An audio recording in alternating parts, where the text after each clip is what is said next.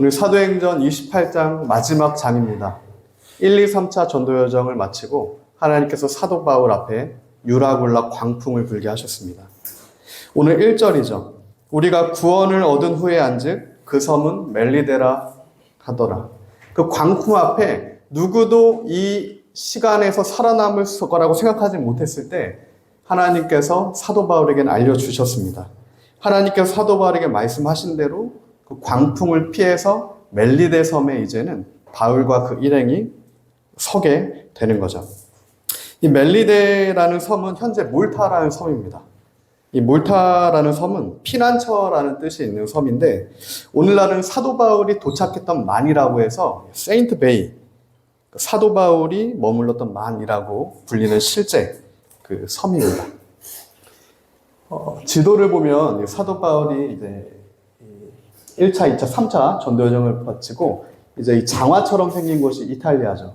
이 로마로 들어가기 전에 직전에 머물렀던 섬이 멜리데, 몰타입니다. 수라구사를 걸쳐서 이제는 로마로 들어가는 마지막 사도 바울의 항해 일정 중에 멜리데 섬에 도착한 겁니다. 만약에 오늘 이 본문에서 바울이 유라굴라의 광풍을 만나지 않았다면 그 바다 가운데 그 모든 것을 멈춰섰던 그 바람을 만나지 않았다면 결코 상륙할 수 없었던 섬이 멜리데 섬입니다. 이 몰타 섬이에요. 이 몰타 섬은 이들의 계획 가운데 있던 섬은 아닙니다. 마치 하나님께서 사도 바울을 마게도냐로 인도하셔서 그 마게도냐 땅에 하나님의 백성들을 사도 바울을 통해 불러내신 것처럼 오늘 사도 바울을 멜리데, 몰타로 보내셔서 그 섬에 있는 하나님의 백성들을 불러내어 인도하시는 거죠. 하나님께서 이 폭풍우를 일으키신다는 것은 하나님의 뜻과 섭리를 나타내시는 겁니다. 폭풍우를 이용하셔서 하나님의 뜻과 섭리를 나의 계획과 나의 목적과 나의 방향성은 잠시 멈춰두고 하나님이 이끄시는 그 인도하심으로 갈 수 있도록 우리를 그 섭리 가운데 인도하시는 그 바람이 주님께서 우리 삶에 일으키시는 바람이라는 거죠.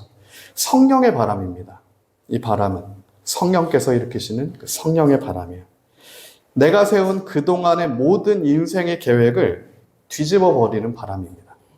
내가 계획했던 것들이 하나도 맞아 떨어지지가 않는 그동안에 나 안에 축적된 힘, 나의 모든 지혜, 모든 경험을 마비시키는 그 바람, 모든 물자까지도 다 내어 버려야 되는 그 유라굴라라고 하는 그 광풍, 누구도 바라지 않고 누구나 피하고 싶은 그 바람입니다. 그러나 그 바람이, 그 유라굴로 광풍이 멜리데 섬의 주민들에게는 생명의 바람이 되는 겁니다. 멜리데, 몰타 섬의 주민들에게는 그리스도의 복음을 전해주는 생명의 하나님의 바람이 되는 거죠. 그 섬에도 구원받을 주님의 백성이 있다. 하나님이 선택하신 백성이 몰타 섬에도 있다. 하나님께서 인도하시는 겁니다. 우리는 이와 같이 우리 삶 가운데 해석되지 않는 문제들이 있습니다.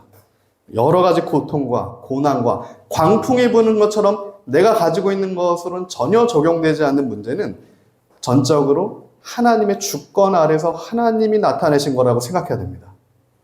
어떤 방해가 아니라 하나님께서 내 삶에 욥에게 허용하신 것처럼 내 삶에 허용하신 그 성령의 바람이다. 그 바람을 우리가 이제는 우리의 눈이 아니라 욥이 마지막에 고백하듯이 하나님의 주권을 인정하고 하나님의 뜻 아래 우리 삶에 일어난 모든 문제들을 해석해야 됩니다. 그 눈이 우리 안에 갖춰지기를 소망합니다. 누가복음 15장에는 하나님께서 이처럼 이러한 바람을 일으키시는 이유를 다음과 같이 우리에게 설명을 합니다. 누가복음 15장 4절에서 6절입니다. 함께 읽어보겠습니다. 너희 중에 어떤 사람이 양 100마리가 있는데 그 중에 하나를 잃으면 90마리를 들에 두고 그 잃은 것을 찾아내기까지 찾아다니지 아니하겠느냐. 또 찾아낸 즉 즐거워 어깨에 메고 집에 와서 그 벗과 이웃을 불러 모으고 말하되 나와 함께 즐기자. 나의 잃은 양을 찾아 내어놓으라 하리라. 한 영혼이라는 겁니다. 잃어버린 그 한 영혼. 천하보다 귀한 한 영혼을 위해서 99마리의 양도 내버려두고 찾으러 가는 하나님의 마음. 그 하나님의 그 한 영혼을 향한 선택하신 한 영혼을 구원하는 그 마음, 죄인의 회개, 그것을 위해서 하나님께서는 거대한 배를 파손시키셔더라도 그 천하보다 귀한 한 영혼을 구원하시겠다는 겁니다. 한 민족을 통해서라도 그 안에 있는 한 영혼, 한 도시가 무너지더라도 그 도시 안에 있을 한 영혼을 구원하시겠다는 것이 저와 여러분을 향한 하나님의 뜻입니다. 우리는 다 알 수 없죠. 우리는 하나님의 그 주권을 다는 알 수 없습니다. 오늘 우리가 구원을 받았다는 사실, 또한 그렇게 우리가 복음을 전하는 자로 또한 보내짐을 받았다는 사실, 우리가 어떻게 해서 우리가 오늘 예수 그리스도를 믿게 되었는지 우리가 다 알지 못합니다. 근데 반드시 그 역사적인 사건들이 우리 삶에, 우리 가문 가운데 있었을 것이라는 거죠. 한반도에 이 복음이 들어오기까지 수많은 선교사님들, 사도 바울과 같이 하나님의 한 영혼을 향한 그 마음을 받고 한반도에 오신 선교사님들이 계셨다는 거죠. 그들의 그 부르심의 사명에 따른 헌신을 통하여서 우리 선조들이 복음을 듣게 되었고, 한 명 한 명 복음을 듣게 된 그 복음이 오늘 나에게까지, 우리에게까지 전해져서 우리가 구원 얻은 주님의 백성이 되었다. 주님의 은혜입니다. 일례로 한국어 성경을 최초로 번역했던 선교사님 존 노스가 있습니다. 존 노스 선교사님은 스코틀랜드에서 태어났어요. 1842년에 8남매 중에 장남으로 태어났는데 1865년에 이제 신학부에 입학해서 신학교육을 받았어요. 그리고 1872년 4월 마침내 30년간의 그 수업을 마치고 중국으로 향했습니다. 존 노스 선교사님의 처음부터의 목적이, 개인의 사명의 부르심이 중국이라고 생각했기 때문에 결혼을 해서 중국으로 갑니다. 근데 30세였던 존 노스가 중국에 도착하자마자 그의 삶에 어떠한 광풍이 부냐면 바로 이듬해 3월에 아내 스튜어스 여사가 출산 후에 죽게 됩니다. 하나님의 부르심의 사명을 따라 신학부도 마치고 이제는 30살이 되어서 이제 막 중국에 발을 내디딘 그 순간에 하나님께서 그 아내를 데려가신 거예요. 해석되지 않죠. 이해가 안 됩니다. 엄청난 좌절을 개인적으로는 겪어요. 존 노스 선교사가. 당연히 그렇겠죠. 근데 그 고난과 고통은 하나님의 섭리 가운데 있는 고난이었습니다. 그때 이 존 노스가 토마스 선교사의 얘기를 듣게 됩니다. 이 존 노스가 중국에 입항하기 전에 6년 전에 토마스 선교사가 대동강변에 이미 조선 땅에 입항했던 거예요. 그래서 그 이야기를 듣자마자 하나님께서 나를 이 중국 땅에 보내신 이유, 그 중국 땅에서 내 아내가 죽게 된 이유가 하나님께서 나를 죽음의 땅, 복음이 들어갈 수 없는 그 대한민국 조선 땅에 보내시기 위해 나를 이렇게 인도하신 거구나, 그것을 깨닫습니다. 그래서 이 존 노스 선교사가 토마스 선교사의 순교 얘기를 듣고 아내의 죽음을 통해 복음이 들어가지 못하는 그 땅, 아시아의 마지막 땅, 그 조선 가운데 복음의 문을 열겠다라고 결심하고 조선 땅으로 들어오게 됩니다. 그리고 하나님의 도움으로 정말 존 노스는 죽지 않고 10년 동안 이 성경을 번역하기 시작해요. 그래서 신약 성경을 번역해냅니다. 그때 성서 번역을 같이 했던 서상윤, 이응찬, 백홍준 이러한 동역자들이 나중에 서울 이북 지역 교회들 그리고 소래교회, 우리가 잘 아는 세문안 교회에 같이 설립하게 되는 설립 멤버가 되게 됩니다. 우리가 이런 것들을 보면서 비단 로스 선교사님의 인생뿐만 아니라 대한민국 조선 가운데 흑암의 땅에 왔던 거의 모든 선교사님들의 삶의 여정이 그렇습니다. 하나님의 주권적이고 전적인 인도하심 가운데 엄청난 고난을 뚫고 오신 복음의 빛 한 줄기를 들고 오신 인생들이에요. 그들 가운데 일으키신 이 광풍이 이들을 죽음의 땅인 조선으로 인도했던 겁니다. 그리고 이 존 노스를 통해 수많은 사람들이 한국어로 성경을 읽게 되었고 한국어로 성경을 읽게 된 수많은 우리 민족의 선조들이 예수 그리스도를 구주로 영접하게 되었고 오늘 우리가 한국어로 성경을 읽게 되었고 구주를 영접하게 되는 오늘 이 자리까지 오게 된다는 거죠. 이처럼 하나님께서 존 놀스의 삶 가운데 일으킨 바람이 이 조선 땅을 복음의 땅으로, 죽음의 땅을 생명의 땅으로 바뀌어 놓았듯이 하나님께서 이 유라굴로 광풍을 통해 바울과 그 256명의 삶 가운데 일으키신 바람이 오늘 몰타섬, 멜리데 섬을 완전히 변화시키게 됩니다. 그 놀라운 복음으로 그 섬이 변화되게 돼요. 죽음의 섬이었던 그 섬이 생명의 섬으로 바뀌는 한 사람을 통해, 사도 바울 한 명을 통해, 존 노스 한 명을 통해. 그러면 오늘 우리 한 명을 통해, 우리 한 사람 한 사람을 통해 반드시 하나님께서 살리고자 하는 주님의 백성들이 있다는 겁니다. 나를 보내시는 이유, 또한 내가 지금 이 자리에 있는 이유, 우리 삶 가운데 하나님이 허락하시는 모든 것들이 반드시 우리를 통해, 우리 가정을 통해, 나를 통해 살아야 하는 한 영혼이 있다. 하나님께서 오늘 우리에게 그 눈을 뜨여주시기를 원하십니다. 우리가 기도와 말씀으로 하나님의 조명하심을 받아 그 하나님의 그 부르심의 사명을 반드시 우리 인생 가운데 찾아야 할 줄 믿습니다. 이 사명의 길에서, 사도 바울의 사명의 길에서 영혼이 구원되는 놀라운 역사들이 일어나게 되는 거죠. 이런 인생이야말로 진정으로 복된 인생입니다.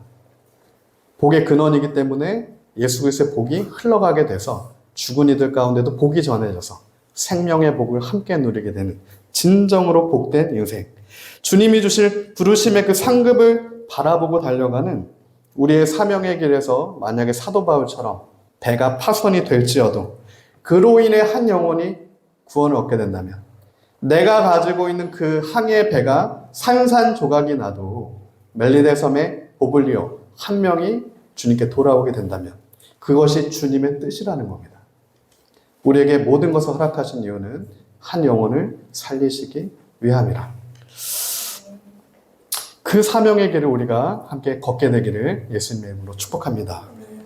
그때 하나님의 인도하심으로 죽지 않죠. 배가 파손돼서 다 죽을 거라고 생각하고 곡기도 끊게 되지만 죽지 않습니다. 오히려 살게 되고 새로운 소망의 항해를 시작하게 되는 것을 우리가 보게 되는 거죠. 사도 바울 일행이 몰타섬에 입항해서 특별한 호의와 동정을 받게 돼요. 이 몰타섬은 지금 사진에서 보이시는 것처럼 굉장히 아름다운 항인데 이렇게 많이 이렇게 들어가 있죠. 사도 바울의 배가 이렇게 바람에 걸려서 이렇게 들어오게 된 겁니다. 그래서 여기가 세인트 폴이라고 하는 많이 있게 되는 건데, 이때 지금 겨울비가 내리기 시작한 겁니다. 추위 가운데 바울 일행에게 가장 필요한 것이 따스한 온기였겠죠. 그래서 모닥불이 필요했어요. 때마침 원주민들이 이들을 대적하지 않고 이들에게 호의를 베풉니다. 모닥불을 피워주고요, 추위를 피하게 됩니다. 그런데 오늘 성경은 그때 모닥불 속에서 독사가 튀어나옵니다. 독사가 튀어나와서 하필이면 바울의 손을 물게 돼요. 그냥 뱀이 아니죠. 독사입니다. 맹독을 갖고 있던 독사예요. 그 섬에는 이 독사들이 많았고 그 전에도 독사에 물려서 죽는 사례들이 있었기 때문에 경험을 통해 원주민들은 사도 바울이 반드시 죽는다라는 것을 알고 있었어요. 누구도 그 독사에게서 살아남은 사람이 없었을 겁니다. 그 멜리데 섬의 원리이자 경험이었던 거죠. 그러나 그 하필이면 독사가 사도 바울의 손을 물었고 또 그 사도 바울이 독사에 물렸지만 죽지 않게 된 이 모든 것들이 멜리데 섬의 원주민들을 구원하기 위한 하나님의 섭리임을 우리가 보게 됩니다. 놀라운 이적을 통하여서 뱀에 물려도 독사에 물려도 죽지 않게 되는 하나님의 놀라운 이적을 통해서 멜리데 섬의 원주민들의 마음의 문이 열리게 되고 예수 그리스도를 받아들이는 데까지, 예수가 그리스도라 주로 고백하는 자리까지 나아가게 되는 겁니다. 그 마음의 문을 열어주시는 하나님의 섭리의 여정인 거죠. 그때 원주민들이 말합니다.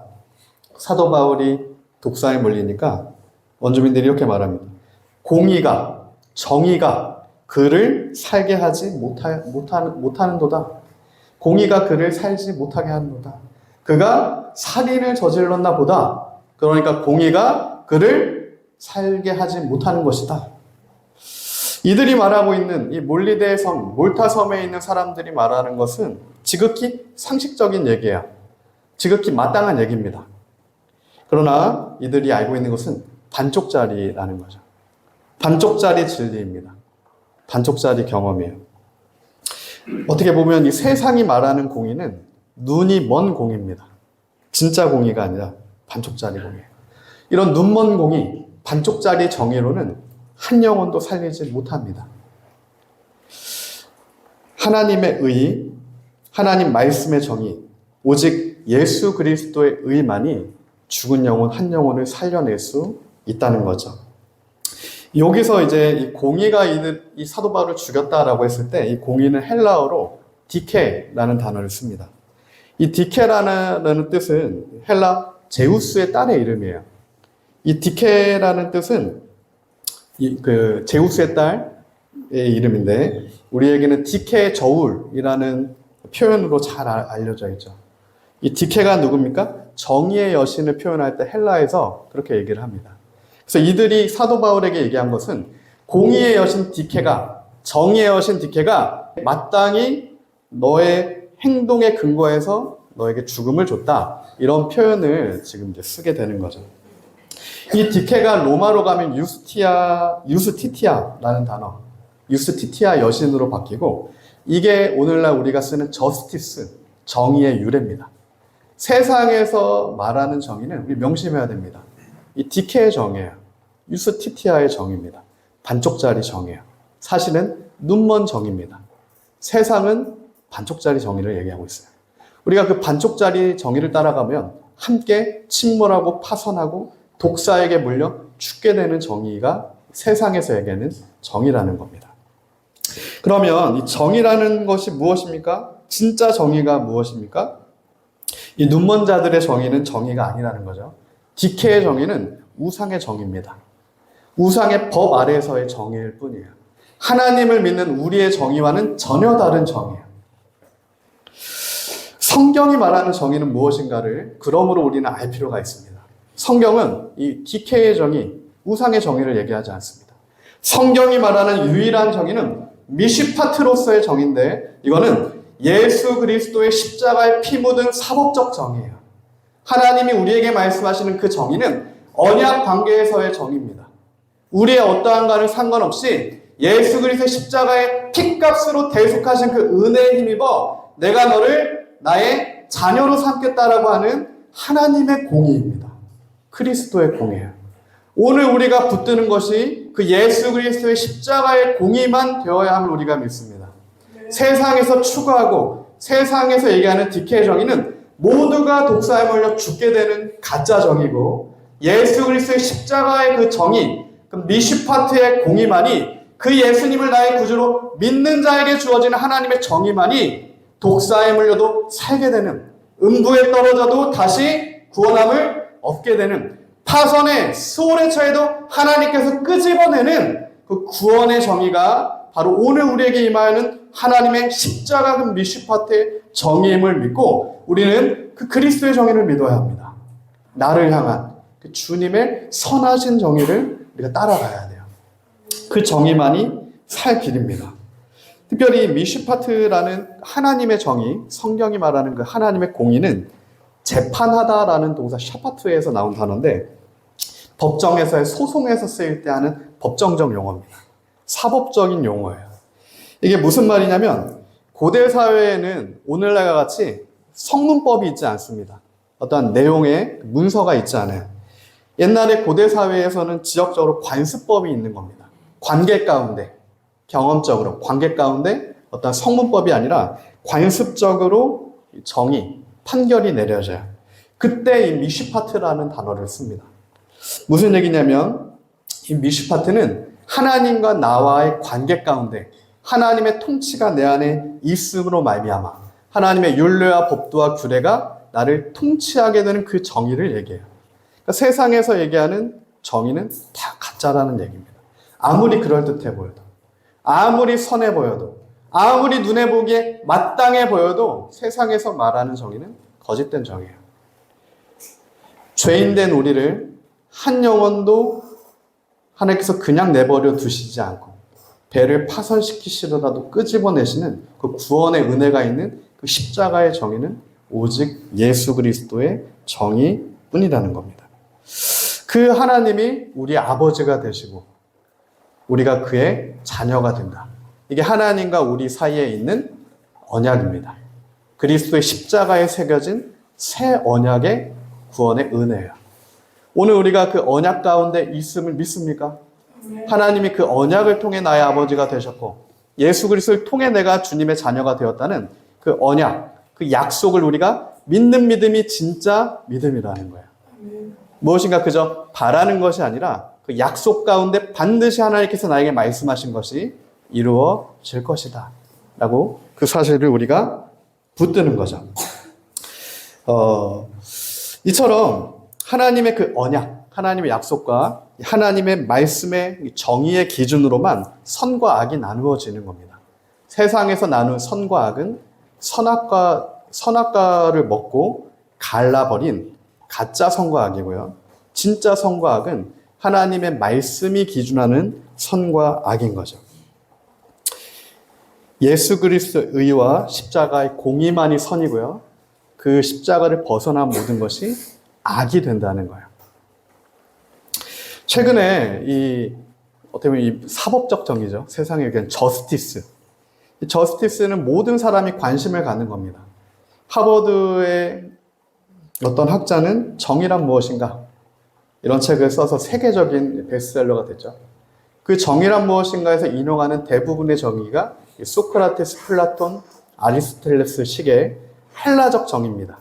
디케의 정의예요. 인본주의 가짜 정의예요. 최근에 한 정치인 역시 디케의 눈물이라는 책을 썼어요. 디케의 눈물이라는 책을 썼습니다. 디케의 정의라는 책을 쓴 건데 그 책이 2024년 알라딘을 선정한 올해의 책으로 이제 선정될 만큼 이슈가 됐었는데 근데 문제는 그 정치인이 실상 온갖 비리, 불법, 자녀에 대한 모든 명백한 불법을 저지른 사람이라는 거예요. 근데 그런 정치인이 쓰는 책이 디케의 눈물, 디케의 정의다. 우리가 이런 것을 통해 무엇을 볼 수 있습니까? 완전히 가짜라는 얘기예요. 세상에서 얘기하는 그 정의, 세상에서 얘기하는 기준. 디케의 눈물, 맞습니다. 완벽한 모순, 죄의 덫에 걸려 죄가 나올 수 있는 거짓된 열매들인 거죠. 오늘 우리가 소망하는 정의는 이처럼 거짓된 디케의 눈물, 디케의 정의, 유스티스아의 정의가 아니라 그런 인본주의적인 정의가 아니라 오직 다시금 예수 그리스도의 그 정의와 공의, 미시파트 하나님의 정의가 되어야 합니다. 그러려면 우리가 주님의 말씀만을 우리 삶의 절대 기준으로 삼아야 합니다. 세상의 기준이 아니라. 우상 아래 놓인, 우상의 법도를 맞춰서는 우상 아래서의 정의가 아니라 하나님 말씀 아래서, 십자가 안에서 그리스도만이 우리의 중심이 되는, 근본이 되는 그 기준이 삼게 되는 그 은혜가 오늘 우리 모두에게 있기를 예수님으로 축복합니다. 이 몰리데 섬의, 몰타 섬의 원주민들도 신이 있다는 것을 알았어요. 자연 계시, 그러니까 일반적인 계시를 통해 어떠한 절대자가 있을 거라는 건 알았습니다. 그렇기 때문에 사도 바울이 인과응보에 따라 이 세상적인 정의, 인과응보적인 정의에 따라 심판을 받는 거다라고 평가를 한 겁니다. 그러나 단순히 어떠한 신이 있다는 것만으로는 절대 누구도 구원을 못 받는 것이 성경에 말하는 증거이죠. 어떠한 우연이 아니라 어떤 섭리가 있다는 것을 받아들이는 것만으로는 부족하다는 거예요.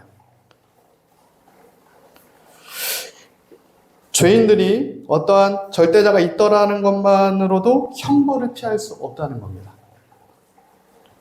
반드시 하나님이 계신 것과 하나님께서 예수 그리스도를 나 같은 죄인을 구원하시기 위해 십자가에 보내주셨다라는 것을 믿어야만 우리가 구원을 얻고 주님의 백성이 된다는 거죠. 그때만 우리는 악에서 선으로, 죄인에서 의인이 된다는 겁니다. 이 몰리데 섬의 원주민들이 했던 해석과 판단 역시 이 경험에 근거한 것이기 때문에 아주 틀린 것은 아니었지만 완전히 또 어떤 면에서는 틀린 해석이 된다는 거죠. 그때 바울이 어떠합니까? 아무 동요가 없습니다. 사도 바울은 하나님 말씀에 근거하고 있기 때문에 아무 동요하지 않아요. 그냥 독사를 불 속에 털어버립니다. 오늘 우리가 사명의 길을 걷고 있다면 사명의 길을 걸어갈 때 꼭 풍랑을 만나든 아니면 독사 한 마리를 만나든 모두를 죽였던 그 독사가 나를 물었든 그냥 불에 털어버리면 그만이라는 겁니다. 하나님의 사람은 독사도 해치 못한다. 오늘 우리에게 그 믿음이 있어야 합니다. 세상을 이기는 믿음이에요. 세상의 거짓된 정의를 부셔뜨리는 예수 그리스도의 믿음입니다. 죽은 자가 살게 되는, 나사로도 예수 그리스도의 이름으로 살게 되는, 그러면 우리 중에 한 영혼도 떨어질 것이 없이 한 영혼, 어떠한 처지에 놓인 한 영혼 한 영혼을 반드시 주님께서 끄집어내신다라고 하는 그 믿음, 독사를 불 속에 던져버리는 그 믿음입니다. 바울의 믿음처럼 바울에게는 아무 증상도 일어나지 않았어요. 그가 독사에 물렸으니 이제 그가 죽을 것이다 라고 생각했던 사람들도 오래 기다려도 그에게 아무 사건이 일어나지 않는 것을 보게 됩니다. 이 일을 통해서 하나님께서는 사도 바울을 원주민들에게 인정받게 하신 거죠. 그리고 이 원주민들이 오래된 관습을 깨고 오래된 전통과 경험을 깨고 오래된 디케의 우상 아래 놓인 통치를 깨고 예수 그리스도의 복음이 들어가게 되는 사건을 일으키신 거예요. 이 균열이 일어나는 겁니다. 하나님께서 우리 삶 가운데도 이런 사건들을 일으키십니다. 이런 작은 균열들을 일으키세요. 독사에 물려서 죽을 것 같은 사건들이 일어나지만 실상 그 사건은 많은 이들에게 예수 그리스도의 주되심을 나타낼 수 있는 하나님께서 만들어주신 사건이라는 거예요. 마가복음 16장 15절부터 18절입니다. 함께 읽어보겠습니다. 시작. 또 이르시되 너희는 온천하에 다니며 만민에게 복음을 전파하라. 믿고 세례를 받는 사람은 구원을 얻을 것이요 믿지 않는 사람은 정죄를 받으리라. 믿는 자들에게는 이런 표적이 따르리니 곧 그들이 내 이름으로 귀신을 쫓아내며 새 방언을 말하며 뱀을 집어 올리며 무슨 독을 마실지라도 해를 받지 아니하며 병든 사람에게 손을 얻는 즉 나으리라 하시더라. 아멘. 마가복음 16장에서 예수님께서 마지막으로 말씀하신 겁니다. 너희는 천하 만민에게 복음을 전파하라. 그 그리스도의 복음이 흘러갔을 때 믿는 사람은 구원을 얻을 것이고 믿지 않는 사람은 정죄를 얻게 될 것이다. 그때 너희들에게는 예수님의 제자들에게 말씀하시는 거죠. 내 이름으로 너희가 귀신을 쫓아내게 될 거고 뱀을 올리고 어떤 독을 마실지라도 해를 입지 않게 될 거다. 이 하나님의 말씀이 사도 바울의 몰타 섬의 여정을 통해 또한 성취가 되는 것을 우리가 볼 수 있는 겁니다. 무슨 말입니까? 우리 인생에 나타나는 모든 사건은 뱀에 물리는 그 사건 역시 그냥 일어난 일은 하나도 없다는 거예요. 하나님의 계획이 있고 하나님의 섭리가 있습니다. 이 마가복음 16장이 오늘 사도 바울의 사건을 통해 또한 이 예언이 성취되게 되는 거죠. 믿는 자들에게 따르는 표적, 이 믿는 자들. 믿는 자는 하나님의 백성입니다. 하나님의 백성은 복의 근원이 된 자예요. 평생 동안 복을 갈구하고 추구하고 따라다니는 자가 아니라 복의 근원이 된 자입니다. 이미 하나님의 백성은 복의 근원이 된 자예요. 그 복의 근원이 된 자가 가는 곳마다 복이 흘러가게 되는 겁니다. 그러니까 복의 근원이 된 사도 바울이 가는 곳마다 생명의 열매를 맺게 되는 축복이 맺히게 된다는 거죠.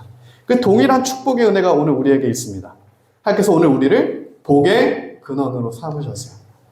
복 중의 복입니다. 모든 선지자들이, 구약의 모든 인물들이 고대하던 그 복을 오늘 우리가 누리고 있는 이 기쁨의 감격이 우리 심령 가운데 있어야 합니다. 모든 인류가 고대하던 그 복을, 그리스도의 그 복을 오늘 우리는 누리고 있다. 이 창세기 12장에 보면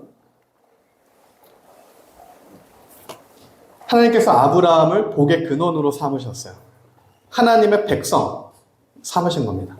앞으로 이스라엘을 만드시기 위해 아브라함 한 명을 선택하셔서 아브라함에게 복을 주셨어요. 여호와께서 아브라함에게 이르시되 너는 너의 고향과 친척과 아버지의 집을 떠나 내가 내게 보여줄 땅으로 가라. 내가 너로 큰 민족을 이루고 내게 복을 주어 내 이름을 창대하게 하리니 너는 복이 될지라. 이거는 명령형입니다. 이건 어떠한 인과관계가 아니에요. 세상에서의 정의 내리는 것처럼 A를 해야 B를 받게 되는, 무엇인가를 해야 복을 받게 되는 것이 아니라 이거는 하나님의 명령이에요. 너는 복이 되어라. 그럼 복이 되는 겁니다. 하나님이 내가 너를 선택했다. 그럼 선택 받는 거예요. 너를 축복하는 자에게 내가 복을 내리고 너를 저주하는 자에게 내가 저주할 거다. 땅의 모든 족속이 너로 말미암아 복을 얻게 될 거다. 이 복의 근원인 하나님의 자녀들, 어떤 일이랍니까? 하나님의 자녀들을, 믿는 자들을, 복의 근원을 축복하는 자에게는 동일한 축복이 하나님께서 주신다는 거고요. 그들을 저주하는 자에게는 저주가 임한다는 거예요. 놀라운 복인 겁니다. 이처럼 예수 그리스도를 믿고 구원을 얻어서 하나님의 백성이 된다는 것은 복의 근원이 되는 것을 의미한다는 거예요. 복 자체가 되는 삶이죠. 내가 가는 길이 어느 길이든, 골짜기든, 그 길이 산이든, 바다든, 그 어디든 내가 복의 근원이 되었기 때문에, 하나님께서 나와 동행하시기 때문에 그 사명의 길이 그 어디라도, 심지어 애굽에서라도 복을 얻고 나오게 되는, 처음에 주신 그 하나님의 약속이 이루어지게 되는 그 사명의 놀라운 은혜의 삶, 그 삶이 오늘 우리의 삶인 줄 믿습니다. 이 창세기 12장을 우리가 보게 되면 아브라함이 하나님의 놀라운 약속을 받습니다. 복의 근원이 되었어요. 축복을 받았습니다. 근데 그 땅에 기근이 들어요. 축복을 받았어도 기근은 듭니다. 그때 아브라함이 어떻게 합니까? 애굽으로 내려가요. 축복을 받고 기근이 났는데 바로 애굽으로 내려갑니다. 그리고 그 애굽에서 사례를 빼앗겨요. 아내를 빼앗깁니다. 바로에게. 절체절명의 위기죠. 하나님이 약속하셨는데 그 씨앗을 통해, 아브라함을 통해 메시아가 오게 돼야 되는 건데 바로한테 빼앗겼어요. 처음부터 하나님의 약속이 이루어지지 않을 것 같은 위기를 아브라함이 맞이하게 되는 거예요. 아브라함이 이 위기를 어떻게 벗어나게 됩니까? 어떤 아브라함의 인맥을 통해, 어떤 아브라함의 언변을 통해, 지략을 통해, 경험을 통해 이 위기를 벗어나는 게 아니라 전적인 하나님의 은혜로 말미암아 벗어나게 됩니다. 바로의 꿈에 하나님이 나타나세요. 그래서 바로가 다시 사라를 아브라함한테 내어줍니다. 하나님이 하시는 거죠.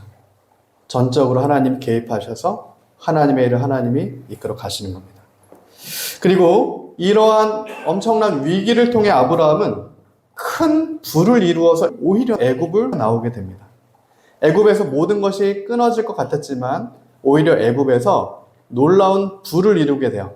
바로가 그 아내를 뺏었던 것 때문에 부를 주게 되고 아브라함이 그 부를 가지고 나오게 됩니다. 이 모든 게 주님의 주권이고 주님의 섭리라는 것이죠. 우리의 어떠함이 아니라. 심지어 우리가 기근을 피해 애굽에 가서 아내를 뺏길지언정 하나님의 사람들, 믿음의 사람들은 반드시 하나님께서 그 모든 과정을 다시 회복시키신다.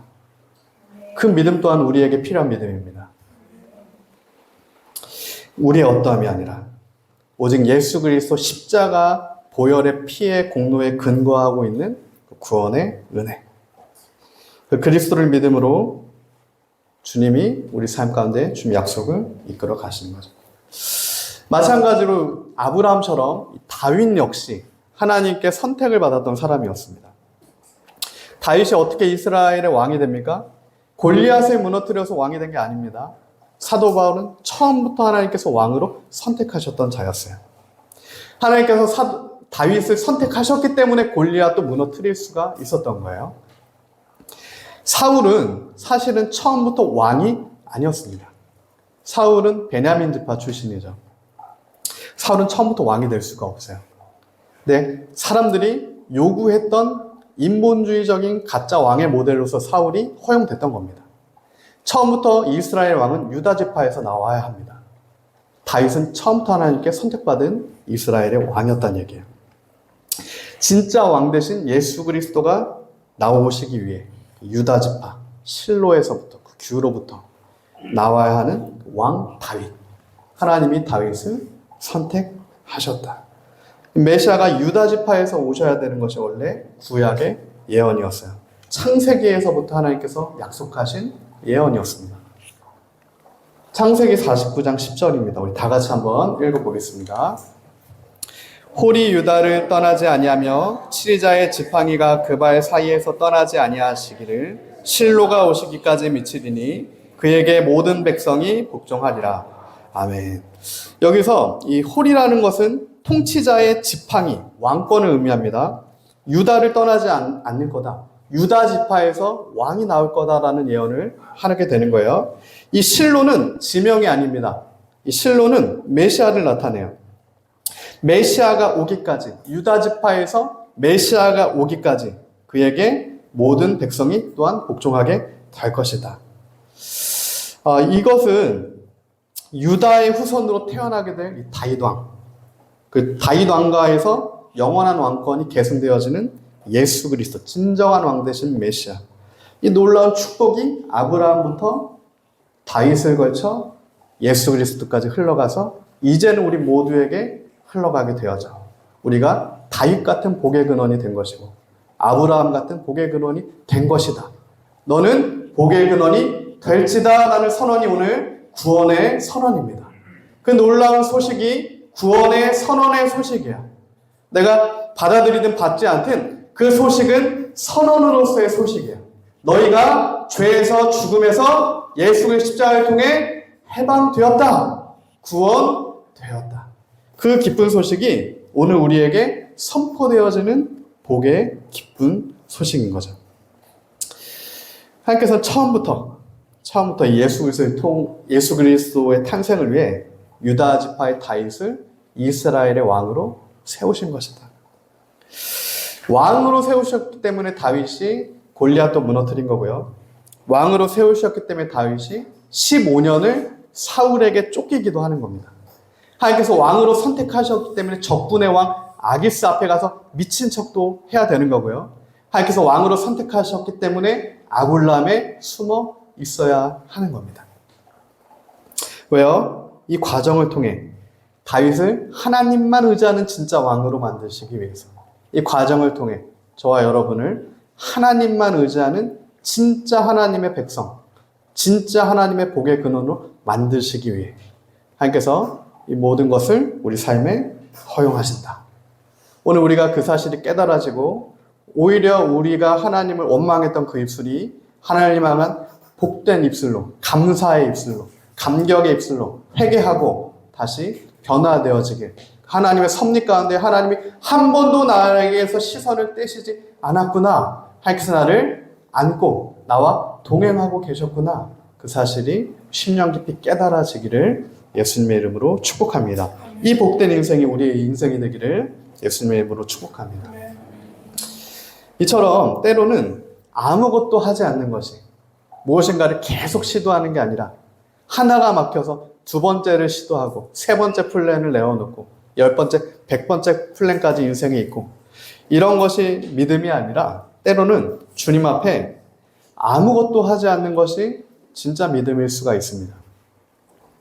풍랑 앞에서 모든 시도를 다 해봤지만, 독사에 물려서 무엇인가 모든 조치를 다 해보았지만 이것이 잠잠해지지 않을 때, 다윗처럼 계속해서 쫓겨다녀야 될 때, 오히려 우리가 잠잠하게 욥처럼 아무것도 할 수 없을 때, 모든 자녀가 죽고 모든 재산이 날아갔고 욥처럼 아무 소망이 안 남았을 때, 그때가 바로 주 여호와 하나님만을 붙들 수 있는 정말 믿음의 때인 거라는 거죠.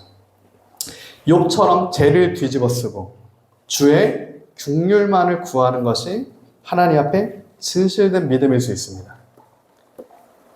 내가 가진 믿음으론 아무것도 할 수 없구나 라고 전적으로 하나님의 긍휼만을 구하는 그 믿음, 그것이 하나님 앞에 진짜 믿음일 수 있고요.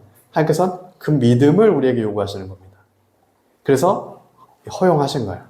욥에게도 과정을 통해 마지막에 나올 수 있는 그 고백, 오직 주님만을 향한 그 고백. 하나님께서 오늘 우리에게 그 믿음을 보여라 라고 말씀하시는 겁니다. 이어서 오늘 7절 말씀입니다. 이 섬에서 가장 높은 사람 보블리오라 하는 이가 그 근처에 토지가 있는지라 그가 우리를 영접하여 사흘이나 친절히 머물게 하더니. 이 모든 과정이 사도 바울이 몰타 섬에 들렸고 몰타 섬에서도 독사에 물렸는데 살아나는 이 과정을 통해 사도 바울과 그 일행은 보블리오라고 하는 그 섬에서의 가장 유지죠. 그 섬에서의 지도자에게 초청을 받게 됩니다. 예전에 제가 그 몰타 섬에 다녀오신 어떤 목사님의 간증을 들었던 적이 있는데, 몰타 섬에 가면 교회가 있대요. 이 보블리오의 집으로 추정되는 곳이 지금 교회가 됐습니다. 이 보블리오가 그 교회에 가면은 이 멜리데 교회의 초대 장로가 되었다는 전승이 써져 있대요. 그러니까 사도 바울을 통해 예수 그리스도를 증거함을 받은 이 보블리오가 그리스도인 그 초대 교회의 장로가 되었고, 그리고 이 보블리오의 가문과 그 교회를 통해 계속해서 그리스도의 복음이 그 섬 가운데 흥황케 되는 그 역사가 일어나게 되는 거죠. 바울이 3개월 그 섬에 머물러 있는 동안 일어났던 사건입니다. 그리고 이곳이 나중에 카타콤으로 쓰여요. 그 보블리오 교회에 가면 지하가 카타콤입니다. 그래서 나중에 2차 대전까지도 그런 어려움이 있을 때 숨을 수 있는 그 공간으로 이 교회 지하가 쓰이고요. 엄청난 이제 교인들에 대한 핍박이 로마에서 시작됐을 때 그 지하에서 또한 이곳에서 섬에서 구원 얻을 처소, 피난처로 그곳에서 살게 됩니다. 이것들이 하나님께서 오늘 우리 삶에 나타내시는 역사임을 우리가 믿습니다.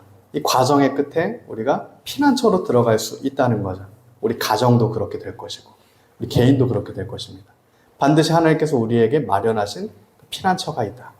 이 화가 반드시 복으로 바뀌는 그 때가 있게 될 것이다. 이 개인을 통해, 보블리오를 통해 그 섬 모두가 구원을 얻게 되는 바울이 전해준 그 복음을 통해 하나님께서 오늘 우리를 그렇게 또한 사용하실 것이고 우리의 삶이 또한 그렇게 될 것이다 라는 것을 우리가 믿음의 눈으로 볼 수가 있습니다. 이 보블리오가 바울에게 환대를 베풀었고 또한 바울을 통해서 그 가문이 그 섬 모두가 회복되는 그 은혜, 사도 바울이 복의 근원이었기 때문에 가능한 얘기입니다. 오늘 우리가 복의 근원으로 하나님께서 삼으셨기 때문에 우리를 통해서도 가능한 일입니다. 우리는 그 소망을 가져야 돼요. 우리를 통해서 몰리데 섬의 보블리오, 몰타 섬에 예수님을 몰라서 죽어가는 수많은 영혼이 죽게 돌아올 수가 있습니다. 하나님께서 나에게 지정해 주신 지경 가운데 나에게 보여주시는 가문 안에 가정 가운데 사람들 가운데 아직 그리스도를 모르는 자들 가운데 하나님께서 사도 바울을 복의 근원 삼으셔서 그들을 끄집어내신 것처럼 오늘 우리를 통하여서 수많은 죽어가는 자들을 반드시 살리실 것이라. 오늘 우리를 향한 하나님의 계획인 것입니다. 주님의 일을 하는 자들에게 하나님께서 반드시 새로운 힘을 주실 줄 믿습니다. 그러니까 새로운 힘을 주실 겁니다.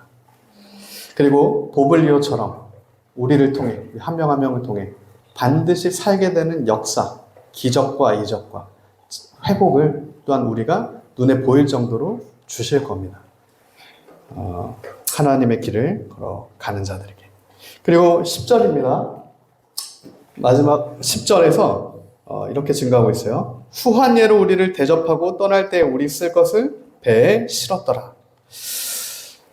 들어올 때는 파선되어서 이 몰타 섬에 들어올 때는 빈털터리로 아무것도 없이 그냥 목숨 하나 의지해서 들어왔는데 새로운 여정을 시작하게 될 때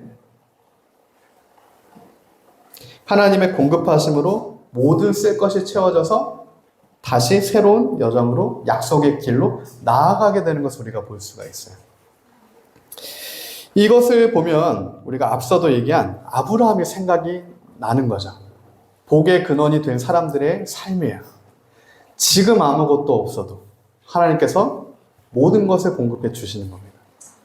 광야에 들어가도 만나와 메추라기를 주시는 거고요.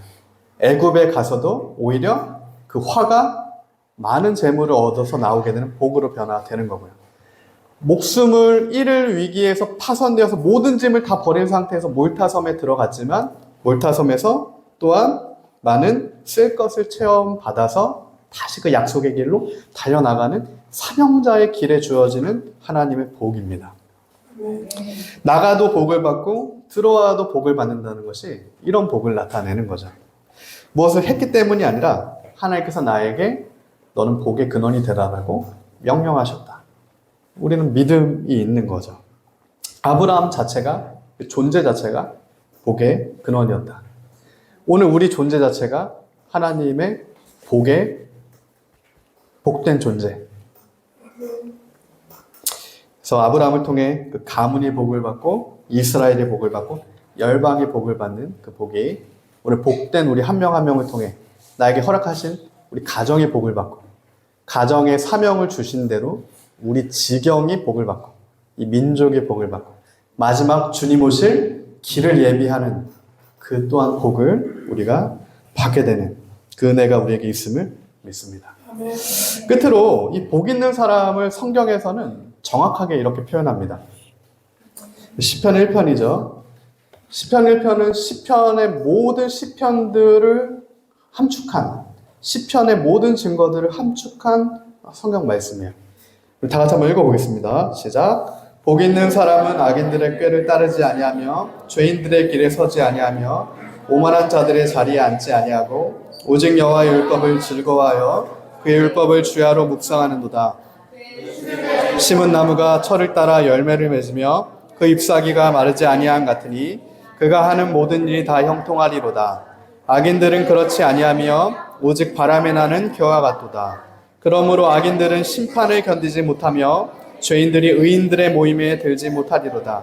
무릇 의인들의 길은 여호와께서 인정하시나 악인들의 길은 망하리로다. 할렐루야. 죄인들의 길에 서지 않게 되고 오만한 자들의 자리에 같이 앉지 않게 되고 오직 여호와의 율례와 법도와 하나님의 말씀으로 즐거워하는 인생, 그게 복 있는 인생이다라는 선언을 시편 1편에서 하는 거죠. 복받은 인생들아, 하나님이 복의 근원으로 선택하신 너희의 인생은 이런 인생이 될 거다라는 선언이 시편 1편의 선언입니다. 복 있는 사람은, 복 받은 사람들은 악인들의 꾀를 따르지 않게 되는 은혜가 그의 삶에, 죄인들의 길에 서지 않게 되는 은혜가, 오만한 자들과 함께하지 않게 되는 그 은혜가 그의 삶에 우선적으로 주어진다. 그리고 하나님의 법도, 율법, 규례, 하나님의 말씀만을 즐거워하여 그 하나님의 말씀의 법도 아래 사명의 길을 달려가는 시냇가에 심은 나무가 철을 따라 열매를 맺게 되는 그 형통한 복된 인생을 살게 되고 그 잎사귀가 마르지 않는 그 인생을 살게 된다. 그러나 뭐라고 얘기합니까? 4절과 5절에 악인들, 디케의 정의를 따라가는 자들이 악인입니다. 우상의 정의를 따라가는 자들이 악인이고요. 디케의 저스티스, 거짓된 인본주의 저기 아래 놓인 법도의 아래 놓인 자들이 성경이 규정하는 악인인 거예요. 그 디케의 정의 아래 있는 자들은 바람에 나는 겨와 같을 것이다. 뭘 해도 어떤 계획도 100년, 200년을 세워놓았던 모든 것이 하루아침에 하나님의 광풍 아래 날아가 버리는 그 인생이 악인의 인생이 될 것이다. 겨처럼 나아갈 것이고 심판의 때 하나님이 허용하시는 기간이 끝나고 마침내 심판이 임했을 때 그 죄인들은 견디지 못하게 될 것이다.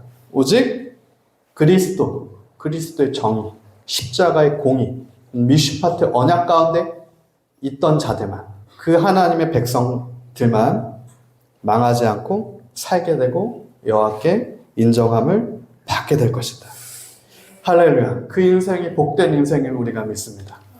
그러므로 오늘 우리가 악인의 길에 서서 바람의 겨처럼 날리는 인생이 아니라 그리스도의 십자가 그 아래서 심판도 견디게 되는 주님께서 인정하시는 마지막에 충성된 의의 면류관을 받을 수 있는 그 여호와의 길을 힘있게 달려나가는 저와 여러분이 되길 예수님으로 축복합니다.